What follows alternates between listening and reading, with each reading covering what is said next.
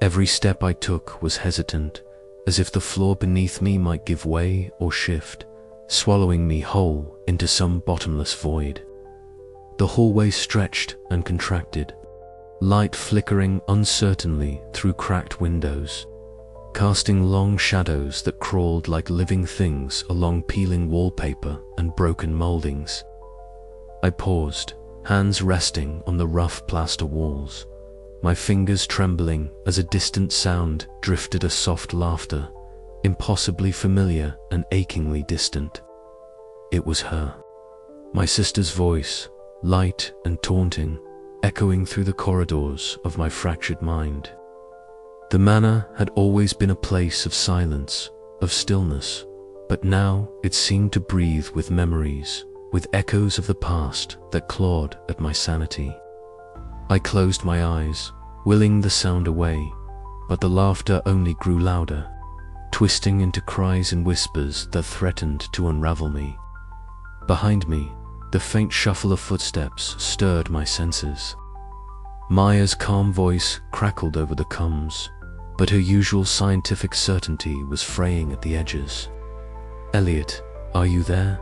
The readings, they're spiking again. I don't know what to make of it." I swallowed hard, the weight of responsibility anchoring me momentarily. "I'm here. Keep your eyes open." But even as I spoke, the manor seemed to mock us, its architecture folding in on itself. The corridor looped back impossibly, doors appearing where none had been before, staircases spiraling into darkness or vanishing entirely. Time lost meaning. Clocks found in the shattered remains of a forgotten parlor spun wildly, their hands chasing each other in frantic circles. Voices overlapped our own, distorted, mingled with those of the forgotten souls trapped within these walls. Jonas's voice broke through the chaos, sharp and protective. "Stay close. Don't split up. This place is playing with our heads." Lila's trembling form appeared in the dim light, eyes wide and haunted. "It's too much," she whispered, clutching her sketchbook as if it were a lifeline. "The visions, they won't stop. They're here, with us." She collapsed to the floor, sobbing quietly, and for a moment, the oppressive silence returned, pressing down on us like a physical weight. I knelt beside her, struggling to keep my own panic at bay. The house was not merely a building. It was a predator, feeding on our fears, twisting our memories into weapons against us. Samir's breath came ragged as he fumbled with the equipment, screens flickering erratically, sensors blaring alarms that made no sense. "Nothing's working right," he muttered, eyes darting nervously. "It's like the house is scrambling the signals." Maya crouched beside him, her hands shaking as she tried to stabilize the readings. "We need to find some pattern, some anchor. Otherwise, we'll drown in this madness." The air grew thick with tension. Jonas scanned the shifting shadows, his jaw clenched, muscles coiled for defense. Whatever it is, it's not just messing with our heads, it's trying to break us down. I felt the weight of my own memories pressing in images of my sister's face, her last moments, the questions that had driven me here in the first place. The house had become a mirror, reflecting not just the horrors of this place, but the darkness within ourselves. In that moment, I questioned everything. Was I losing my mind? Was this all some elaborate trick of the house? Or was it the unraveling of my own psyche? The line between reality and nightmare blurred, and I feared there was no way back. The manor whispered promises and threats, its architecture folding like a cruel puzzle designed to trap us forever. And as I stood amidst the shifting walls, I knew the descent into madness was no accident. It was the house's ultimate weapon. But surrender was not an option. Not yet. The fight for our sanity, for our very lives, had only just begun. I glanced at my journal, the pages that once held my thoughts now seeming alien, the words shifting beneath my gaze. The house was rewriting my memories, twisting the past into something unrecognizable. I clenched my fists, determined to hold on to the fragments of reality still within reach.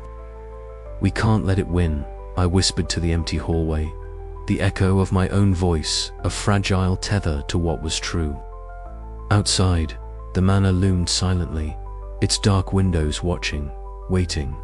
And inside, we were trapped, lost in a labyrinth of fear, memory, and madness that threatened to consume us all. The night stretched endlessly, and with it, the creeping dread deepened, wrapping around me like a shroud. I fought to keep the darkness at bay, but the house was patient. It would wait, and it would feed, until there was nothing left but the hollow shells of those who dared to enter. And so the descent continued into madness, into the dream that was not a dream, until all that was left was the silence of the house and the shattered fragments of our minds. I sat cross-legged on the cracked wooden floor, watching Lila as she slipped deeper into one of her visions.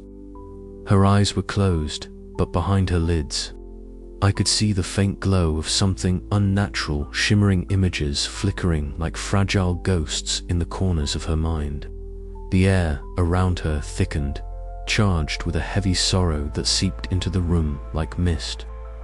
"I see them," she murmured softly, her voice trembling. "Faces. People who lived here, suffered here. Their pain is still here, like a stain on the walls." Maya adjusted the microphone on the small tripod nearby, her sharp eyes flicking between Leela and the equipment. "Are you sure you're okay? This feels intense." "It's more than intense," Leela replied. "It's like the house is showing me its memory, every tragedy, every loss."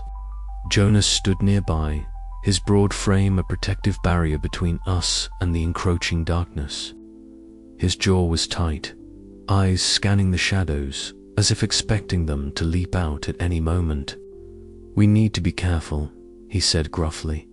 "Whatever's here, it's feeding off all this pain." I nodded, feeling the weight of his words settle deep in my chest. The manor was no longer just a building. It was a vessel, a receptacle of centuries of misery and madness. And now, it was awakening in response to us. After Lila's vision faded, we gathered around a small wooden table littered with brittle pages.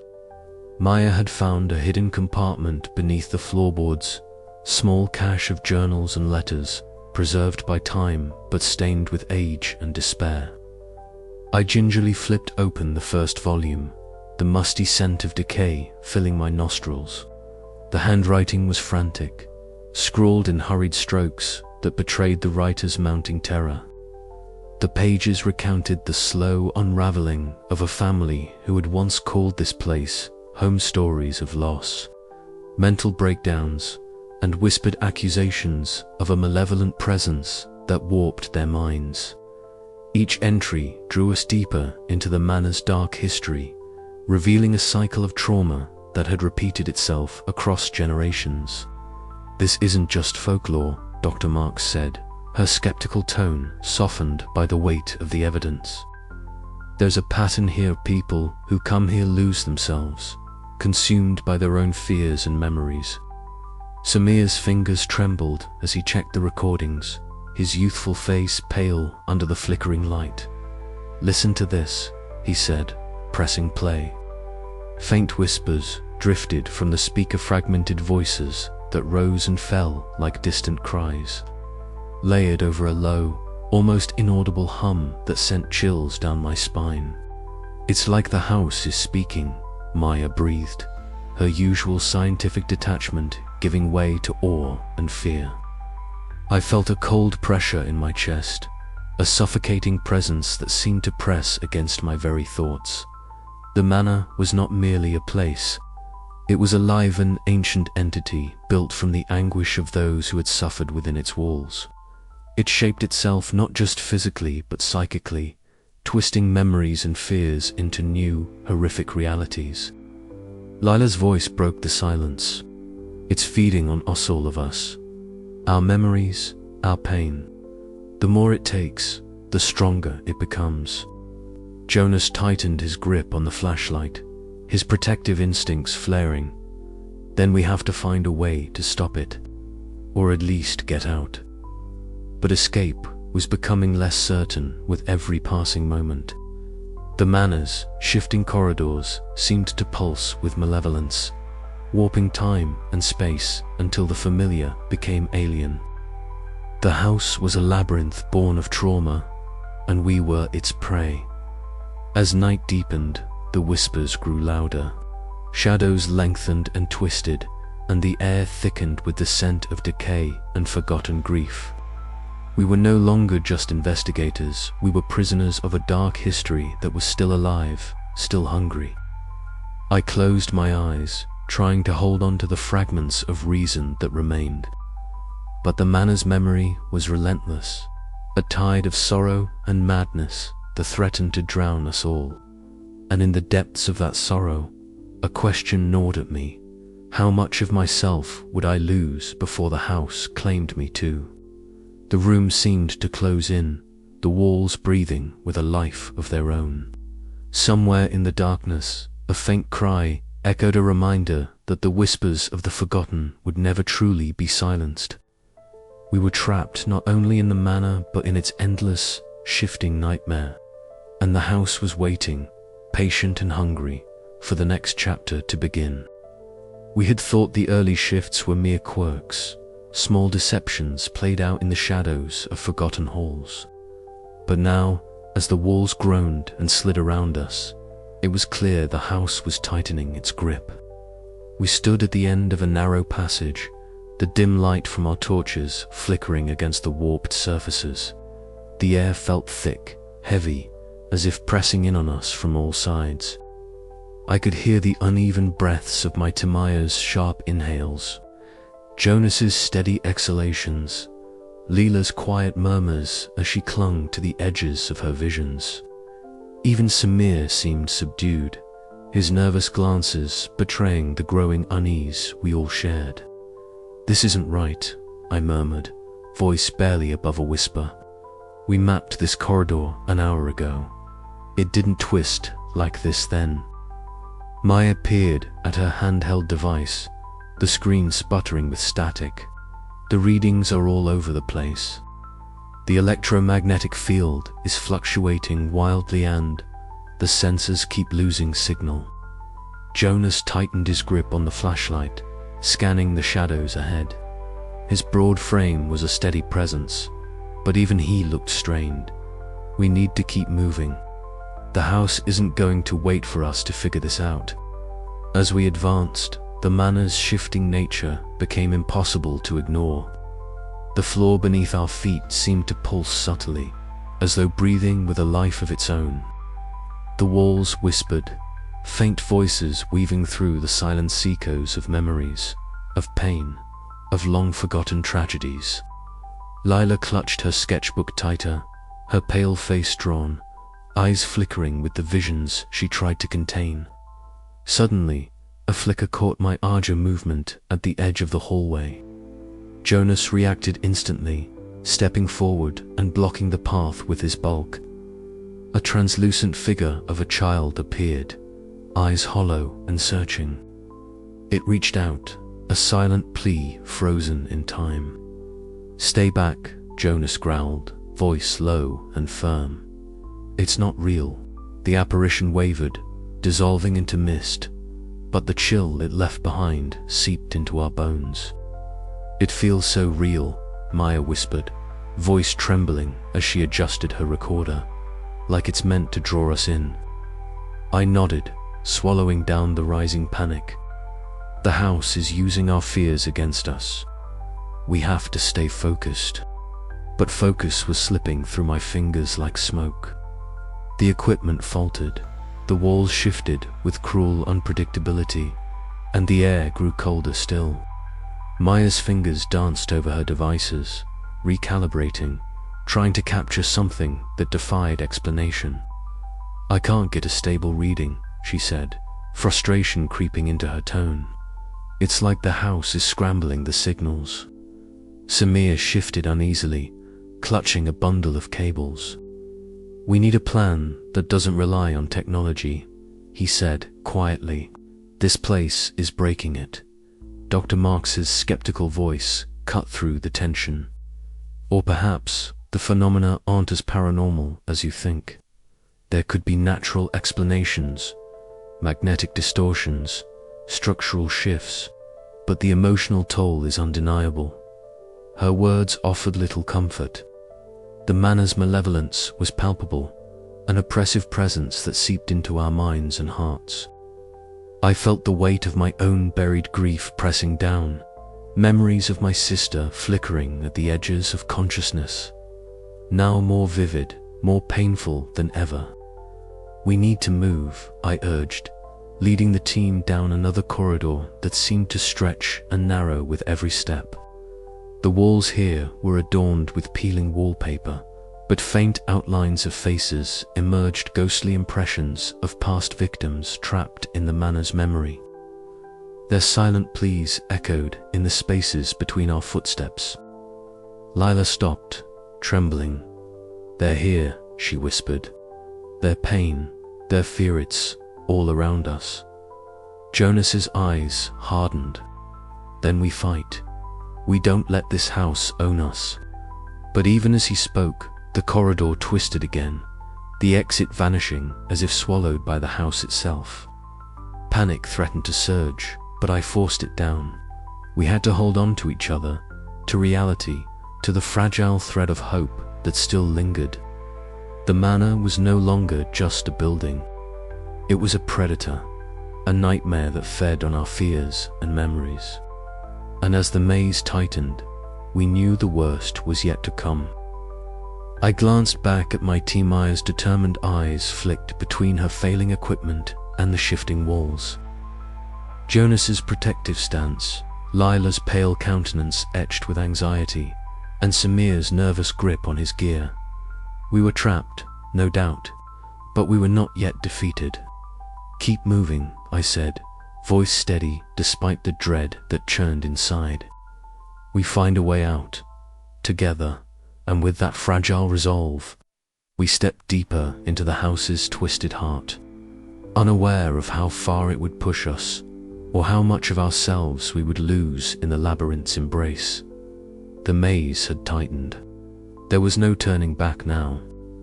Every breath was a labor, every heartbeat a hammering drum in the silence that pressed against the walls. We had reached a point where the house no longer merely shifted rooms or toyed with our senses. It had begun to manifest our fears, carving them into the very fabric of this place, like an artist painting nightmares onto a canvas of darkness. I moved cautiously down the dim corridor, the weak beam of my flashlight trembling in my grip. The walls, once cracked and peeling, now pulsed subtly, as if the house itself were breathing. Then, through the haze of shadows, a shape emerged, fragile, flickering, but unmistakably her, Anna, my sister. The image was so vivid, so achingly real, that I stumbled back, swallowing a gasp. She stood at the edge of a pool of dark water, her small hands trembling as she reached out. Her eyes, wide and filled with fear, locked onto mine. "Elliot," she whispered, voice fragile as a breeze. The corridor warped around her, the stale scent of damp wood mixing with the metallic temps of blood. I wanted to scream, to reach through the apparition and pull her back from that moment, the moment I had buried deep inside me for years. But she dissolved before my eyes, leaving only the echo of her voice and the gnawing ache of loss. Behind me, footsteps faltered. Leela's voice trembled in the darkness. "I can't, it's too much." I turned to find her in one of the small antechambers off the corridor, clutching her chest as if to hold her pounding heart. Around her, the air shimmered, and faint figures drifted like smoke whispers curling from their unseen lips, voices laden with sorrow and accusation. Her eyes darted wildly, pupils dilated with panic. "Leela," I called softly, stepping closer. but she shrank back, trembling. "You're not alone." She swallowed hard, voice breaking. "They're everywhere. They know everything. My fears, my failures. I can't shut them out." The room seemed to close in, shadows weaving between the apparitions, their forms stretching and distorting as if feeding on her fear. The house was turning her visions into a prison, and I felt a surge of helplessness. Nearby, Maya was hunched over her equipment, hands shaking as she recalibrated the devices that had once been her lifeline to reason. The soft hum of electronics was now punctuated by static bursts and distorted voices, a symphony of chaos that seemed to mock her attempts at scientific detachment. "Maya," Jonas called from the doorway, voice tense. "What are you picking up?" She shook her head, eyes wide. "I don't know. It's like the house is alive in the recordings. It warps the signals, corrupts the data. I can't make sense of it." Jonas's gaze flicked to the shadows beyond the doorframe. His broad shoulders tensed as a dark shape lunged forward, faceless and silent. He didn't flinch, but raised a fist, muscles coiling to strike. The apparition dissolved into smoke, but the weight of his survivor's guilt lingered, a shadow darker than any specter. "We can't keep fighting shadows," Jonas growled, voice low. "We have to face what this place wants from us." The manor seemed to pulse in response, walls shifting imperceptibly, corridors folding into themselves like a living labyrinth. Our fears, once locked inside our minds, now roamed free, stalking us through every turn and shadow. I gripped my journal, pages fluttering despite the still air. The entries I had made earlier twisted and changed before my eyes, words replaced by cryptic symbols and warnings. The house was rewriting our memories, reshaping our realities. "We need to hold on to what's real," I whispered to myself, voice barely audible. "Hold on to each other."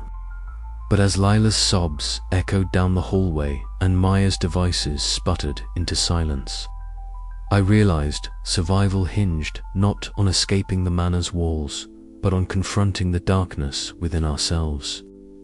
The house waited, patient and hungry, its nightmare architecture folding us ever deeper into its dream. And I wondered how many of us would emerge whole, and how many would be lost forever to the house that dreamed. The corridor ahead shimmered, the walls bending with impossible angles, as if inviting me to step deeper into the abyss. I took a shaky breath and moved forward, the weight of memory and fear pressing down like a stone. The nightmare was far from over. It was a pressure born not just of the shifting architecture, but of the unraveling bonds between us. We were fraying at the edges, each of us pulled by invisible threads, tugged by the house itself. I tried to keep my voice steady as I addressed the group, though inside, the weight settled deeper with every passing moment. "Listen, we need to focus. The house is trying to get inside our heads, but we can't let it win. We have to stick together." Jonas shot me a glare. His jaw clenched so tightly I could see the tension ripple beneath his skin. "Focus.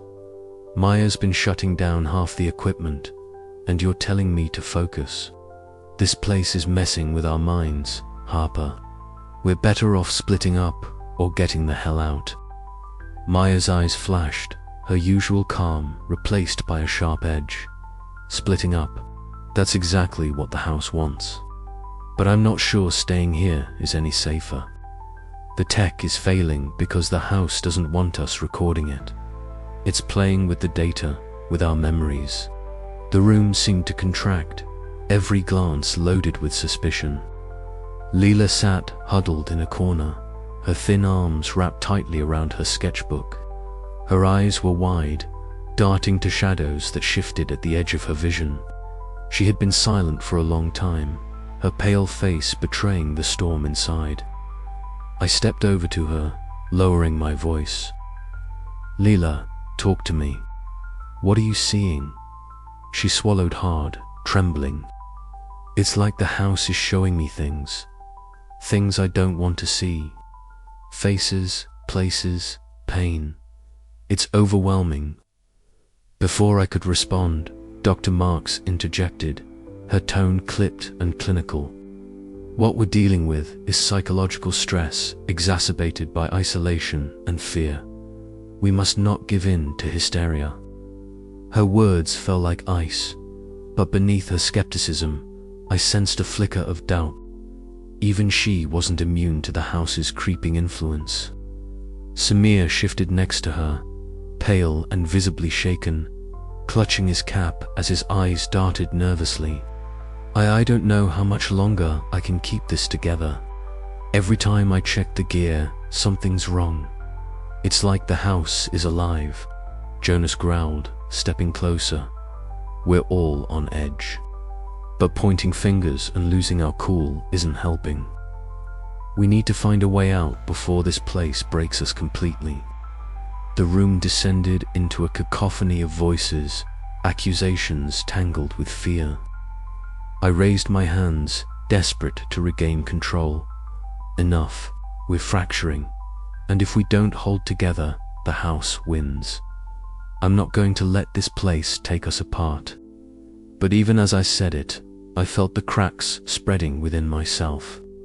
The weight of grief I carried, the loss of my sister, was clawing its way back up, tangled with the house's memories flickered unbidden. Her laugh, the last time I saw her, the silence after the accident. The house was using my pain like fuel. Later, alone in one of the manor's warped hallways, I leaned against the peeling wallpaper.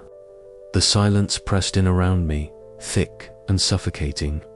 My breath came shallow, heart pounding unevenly. I wanted to believe I was still the leader, the steady hand, but doubt gnawed at me relentlessly. In the dim light, I heard a faint whisper, barely audible, my name, or was it hers? I closed my eyes, willing the voices to stop. But the house was not done with me. Back with the others, Leela's anxiety worsened. Her sketches grew darker, more frantic, lines smudging as if the visions themselves were bleeding onto the paper. It's coming, she whispered, eyes wild. The house. It wants us to break, to lose ourselves. Maya's skepticism was all but shattered. Her recordings captured strange noises we could neither explain nor ignore. This isn't just trickery, she admitted, voice tight. It's something alive, something that feeds off our fear. Jonas, usually stalwart, faltered under the weight of his own guilt and fear. His confrontations with unseen figures had left him raw, and now the fractures in our group made him wary of everyone. Dr. Marks's skepticism clashed with the palpable dread filling the air. Her presence was a stark reminder of the scientific world outside, a world slipping further away with each passing hour. The manor watched us, silent and patient, its shifting walls echoing the fracturing of our minds and hearts. We were unraveling. The question was, could we pull ourselves together before it was too late? The night deepened, and with it, the house's malignant presence grew stronger. I could feel it reaching into the darkest corners of my soul, twisting memories and fears into weapons against us. We have to hold on, I whispered to the empty hallway. We have to survive. But even as I said the words, a cold certainty settled over me. The house was winning, and our bonds might never be whole again.